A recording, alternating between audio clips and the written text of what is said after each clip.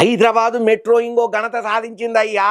2024 సంవత్సరానికి గాను 8 gold garden అవార్డులు, ఒక రోలింగ్ ట్రోఫీని అందుకున్నది. ఇట్లా తీసుకుడు ఈ కొత్తేం కాదు, 6వసారంట.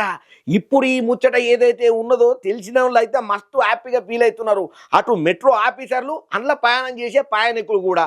ఇంకా ఈ విధంగా మన మెట్రోకు సంబంధించిన వార్త పురాగా పట్టుకొచ్చిన మీరే చూడుండ్రి.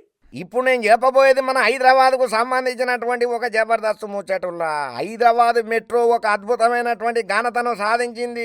2024 సంవత్సరానికి గాను బెస్ట్ ల్యాండ్స్కేప్ గార్డెన్ విభాగంలో 8 గోల్డ్ గార్డెన్స్ అవార్డులు, ఒక రోలింగ్ ట్రోఫీని అందుకున్నదయ్యా.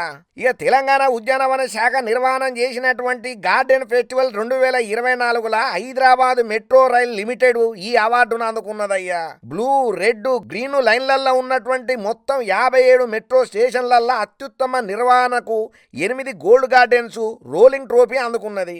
హైదరాబాద్ మెట్రో ఈ అవార్డులను అందుకున్నాడు వరుసగా ఇది 6వ సంవత్సరం. హైదరాబాద్ పబ్లిక్ గార్డెన్ లో జరిగినటువంటి కార్యక్రమంలో ఉద్యానవన శాఖ డైరెక్టర్ షేక్ యస్మిన్ బాషా హెచ్ఎంఆర్ఎల్ కు రోలింగ్ ట్రోఫీని అందించిండయ్యా. ఫిబ్రవరి 4వ తేదీన హైదరాబాద్ మెట్రో రైల్ లిమిటెడ్ తరఫున senior horticulture officer Sainath Sunkara చేతుల మీదుగా అవార్డును అందుకున్నారయ్యా. ఇక హైదరాబాద్ మెట్రో రైలు లిమిటెడ్ ఎండి ఎస్విఎస్ రెడ్డి మాట్లాడుకుంటా మెట్రో స్టేషన్లు, రూఫ్ టాప్ గార్డెన్లలో పచ్చదనాన్ని సృష్టించినందుకు గాను మెట్రో రైలుకు అవార్డులు వచ్చినాయని చెప్పుకుంటా వచ్చిళ్ళు. ఏదేమైనా హైదరాబాద్ మెట్రోకు 8 అవార్డులు వచ్చినాయంటే తెలంగాణ రాష్ట్రం మొత్తం గర్వించదగ్గ ముచ్చట అని చెప్పి చాలా మంది సపర్లు కొట్టబట్టిళ్ళు ఈ మెట్రో సంగతి ఎరికైన తర్వాత.